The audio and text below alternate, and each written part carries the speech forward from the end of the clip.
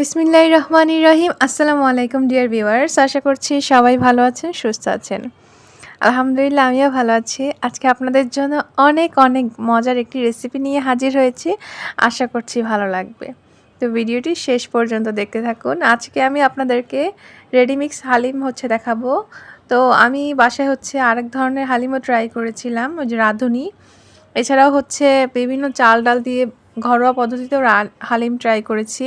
তো আজকে অন্য আরেকটি কোম্পানির হালিম আপনাদেরকে রান্না করে দেখাবো, আশা করছি ভালো লাগবে। আর খেতে কেমন হয়েছে অবশ্যই কিন্তু ভিডিওটি লাস্টে বলবো। তো এখানে দেখতে পাচ্ছেন আমি পিওর ব্র্যান্ডের একটি হালিম নিয়েছি। তো এখানে দুটা প্যাকেট থাকে ভিতরে, এই যে দেখেন এখানে বড় প্যাকেট আর এর ভিতরে আরেকটি ছোট প্যাকেট। তো বড় প্যাকেটের ভিতরে অবশ্যই চাল ডালের একটা মিশ্রণ রয়েছে, আর ছোট প্যাকেটের ভিতরে রয়েছে মশলার গুঁড়া। তো আমি আপনাদেরকে দেখাচ্ছি। আর হালিম কিন্তু খুবই স্বাস্থ্যকর একটি খাবার, যেহেতু এখানে বিভিন্ন ধরনের ডাল ব্যবহার করা হয়েছে, চাল ব্যবহার করা হয়েছে, এজন্য এটি কিন্তু পুষ্টির দিক থেকে একদমই সেরা। আর চাল ডালের মিশ্রণে আমরা অনেকেই জানি যে লাইসিন এবং মিথিওনিন একত্রিত হয়ে আমাদের শরীরের বিভিন্ন ধরনের পুষ্টির চাহিদা পূরণ করে থাকে। তাই একদম শিশু থেকে শুরু করে বাসায় যদি বৃদ্ধ মানুষও থাকে, তাহলে কিন্তু আপনারা অবশ্যই হালিমটি তৈরি করে খাওয়াবেন, কারণ হালিমের কিন্তু অনেক ধরনের পুষ্টি উপাদান রয়েছে। তো এখানে আমি কুসুম গরম পানি নিয়ে নিয়েছি। কুসুম গরম পানির ভিতরে আপনারা এরকম যে বড় প্যাকেটের ভিতরে যে গুঁড়াটা থাকবে সেটা দিয়ে দিবেন। আর এটা অবশ্যই কিছুক্ষণ ভিজিয়ে রাখতে হবে। আধা ঘন্টা ভিজিয়ে রাখলে ভালো হয়, আধা ঘন্টা বা 20 মিনিট। হাতে সময় থাকলে আরেকটু বেশি সময় নিয়ে ভিজিয়ে রাখতে পারেন। তো এগুলোকে আমি এখন একটু হালকা ভিজিয়ে রেস্টে রেখে দিব। হ্যাঁ, এই যে দেখতে পাচ্ছেন একটু নেড়ে দিচ্ছি। আপনাদের কার কার হালিম খেতে ভালো লাগে অবশ্যই কিন্তু কমেন্টের মাধ্যমে জানাবেন। আর কে কে বাসায় তৈরি করে হালিম খান, নাকি এভাবে রেডিমেক্স হালিম কিনে খান, তাও কিন্তু জানিয়ে দিবেন কমেন্টের মাধ্যমে। আর ডাল যেহেতু আছে এখানে, কিন্তু ডালকে বলা হয় গরিবের আমিষ, এটা আমরা সবাই জানি। প্রত্যেকটি কাজের আগে অবশ্যই বিসমিল্লাহ বলে শুরু করবেন, তাহলে দেখবেন যে সেই কাজটি বরকতময় হয়। আর অবশ্যই সবসময় জিকির করার চেষ্টা করবেন, কারণ জিকির করলে অন্তর পরিষ্কার হয়। একবার সুবহানাল্লাহ, আলহামদুলিল্লাহ এই ধরনের জিকিরগুলো করবেন, তাহলে বেহেশতে আপনার জন্য একটি চারা গাছ তৈরি হবে। আর এমন একটি ফল গাছ তৈরি হবে, যেই ফল গাছটি একটা ঘোড়া, সেই গাছটাকে অতিক্রম করতে 500 বছর লেগে যাবে। সুবহানাল্লাহ। আর দুনিয়াটা কি আখিরাতের শস্যক্ষেত্র, এটা কিন্তু আমরা প্রায় সময় ইসলাম ধর্ম বইতে পড়েছিলাম। এর মানে যে আমরা দুনিয়াতে যা কিছু করব সেটাই কিন্তু আমরা বেহেশতে গিয়ে ভোগ করব। তাই আপনি যদি দুনিয়াতে মানে আখিরাতের জিনিসপত্রগুলো গুছিয়ে নিয়ে যান, তাহলেই কিন্তু আপনি সেখানে যেয়ে অনেক সুখে স্বাচ্ছন্দ্যে থাকবেন। দেখা যায় যে আপনার থেকে একটু বেশি আমল করবে, সে কিন্তু সেখানে গিয়ে আপনার থেকে বেশি নিয়ামত উপভোগ করবে। এজন্য সবসময় চেষ্টা করবেন সুবহানাল্লাহ, আলহামদুলিল্লাহ এগুলা পড়ার, ভালো কিছু দেখলে মাশাআল্লাহ বলার, মানুষকে হিংসা না করার।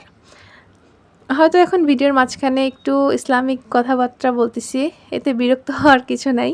আসলে ভালো জিনিস শেয়ার করলে আপনি যদি আমার কথা শুনে আমলটি করেন, তাহলে আমারও সওয়াব হবে। আবার আপনি যদি এই জিনিসটা মানুষের কাছে ছড়িয়ে দেন, তাহলে সে যদি আপনার কথা শুনে আমলটি করে, তাহলে আপনারও সওয়াব হবে। সুন্দর না? এজন্য বলতেছি। দেখেন আমি এখানে মাংসগুলোকে সুন্দর করে কেটে নিচ্ছি ছোট ছোট করে।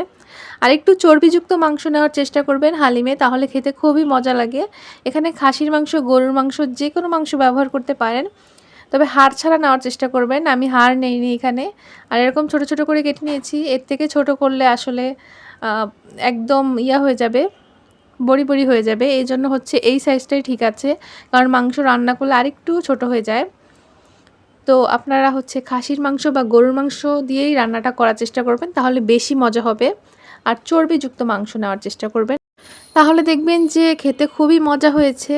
তো আমি প্রেসার কুকারে অবশ্যই রান্নাটা করে নিব, এজন্য প্রেসার কুকারের ভিতর মাংসগুলো দিয়ে দিলাম। আর মাংসের পরিমাণটা হবে 1 পোয়া মাংস দিয়েও কিন্তু হবে। আর চাইলে একটু বেশি নিতে চাইলে হাফ কেজি পরিমাণ নিতে পারেন। আর মাংসর কাটাটা দেখিয়ে দিলাম। আর এগুলোর ভিতরে আমি এখন বাটা মশলা এবং গুঁড়া মশলা ব্যবহার করব। মশলা কিন্তু আমাদের শরীরের জন্য খুবই উপকারী। যে হলুদ দেখতে পাচ্ছেন, হলুদ হচ্ছে আমাদের শরীরে খুব ভালোভাবে কাজ করে, রোগ প্রতিরোধ ক্ষমতা বৃদ্ধি করতে সাহায্য করে। তারপর হচ্ছে আদা, রসুন, এই জিনিসগুলো কিন্তু আমাদের শরীরের জন্য খুবই উপকারী মশলা। এখানে আমি লবণ দিয়ে দিচ্ছি, গুঁড়া মশলা দিয়ে দিলাম। আপনারা এখানে চাইলে হচ্ছে বাটাও ব্যবহার করতে পারেন, শুকনা মরিচ বাটা। আর আমি এখানে আদা, রসুন, পেঁয়াজ বাটা সবই ব্যবহার করেছি। এই যে দেখতে পাচ্ছেন সবগুলো দিয়ে দিচ্ছি পরিমাণ মতন। মাংসতে হচ্ছে আদা বাটাটা একটু বেশি লাগে, আর যেহেতু এটার সাথে ডাল অ্যাড হবে এই জন্য আপনারা একটু বেশি পরিমাণে দিবেন, তবে অনেক বেশি না, এটা একটু বুঝে শুনে দিতে হবে। এখানে হাফ চামচ পরিমাণ আছে, রসুনটা তার থেকেও কম, আর পেঁয়াজ বাটা দিয়ে দিয়েছি। এখন সবগুলো উপকরণ খুব সুন্দর করে কিন্তু মাখিয়ে নিতে হবে। এখানে আমি আর কোনো বাড়তি মশলা ব্যবহার করব না। আর ওই যে প্যাকেটের সাথে যেই মশলাটা দিয়েছিল সেই মশলাটাও কিন্তু আমি এখানে দিয়ে দিব, অল্প পরিমাণে এখানে দিব, আর পরবর্তীতে রান্নার সময় দিব। একসাথে অবশ্যই পুরোটা মশলা দিবেন না, কারণ হচ্ছে অনেক সময় নাও লাগতে পারে, অতিরিক্ত মশলা হলে কিন্তু খেতে ভালো লাগবে না। আর এখানে অবশ্যই তেল দিয়ে দিবেন। তো এগুলোকে সুন্দর করে হচ্ছে মিশিয়ে নিতে হবে। এই দেখেন আমি এটাকে খুব সুন্দর করে মাখিয়ে নিয়েছি, দেখতেই কতটা লোভনীয় লাগছে। আসলে মশলা মাখানোর সময় কিন্তু এত সুন্দর একটা ঘ্রাণ আসে রান্নার আগেই, আর কষানোর সময় তো অনেক সুন্দর একটা ঘ্রাণ আসে। তো এগুলোকে হচ্ছে আপনারা চাইলে রেস্টে রেখে দিতে পারেন, আর না চাইলে হচ্ছে সরাসরি বসিয়ে দিতে পারেন। তো এখানে তেল দিয়ে দিতে হবে, আর ওই যে গুঁড়া মশলাটা বললাম যেটা প্যাকেটের সাথে ছিল ওইটা অল্প পরিমাণে দিয়ে দিবেন।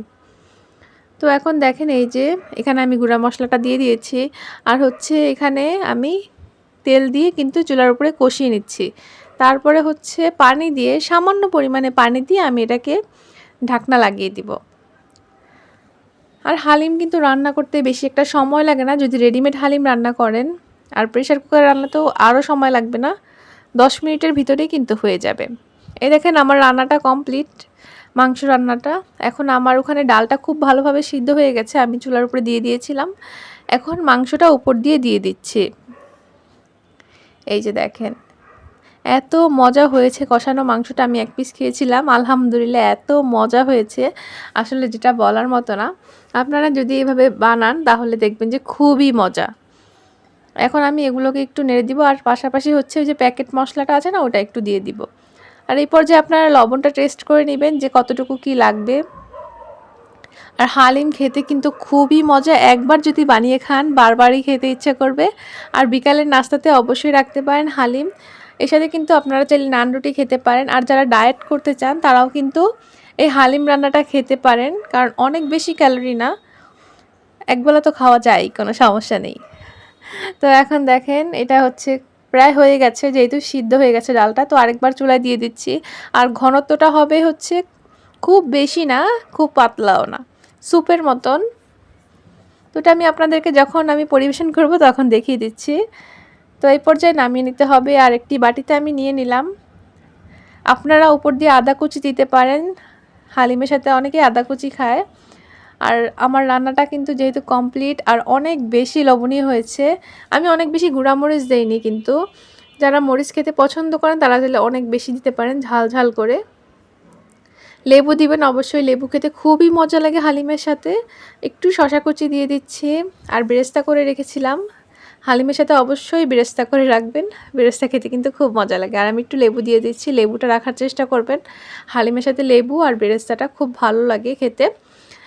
আর বাসায় কিন্তু অবশ্যই ট্রাই করতে ভুলবেন না। আর ভিডিওটি ভালো লাগলে অবশ্যই কিন্তু লাইক করবেন, কমেন্ট করবেন এবং সবার সাথে শেয়ার করবেন। এখানে আমি বেরেস্তা দিয়ে দিলাম। আর আপনাদেরকে বলছি যে এই খাবারটা কিন্তু খুবই মজা হয়েছে, যেই কোম্পানির হালিমটা আমি এনেছি এটা কিন্তু খুবই মজা, খুবই মজা আসলে। এই যে দেখেন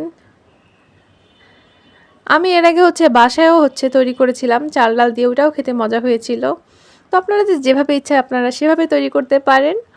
তো অবশ্যই কিন্তু ট্রাই করবেন। ধন্যবাদ সবাইকে।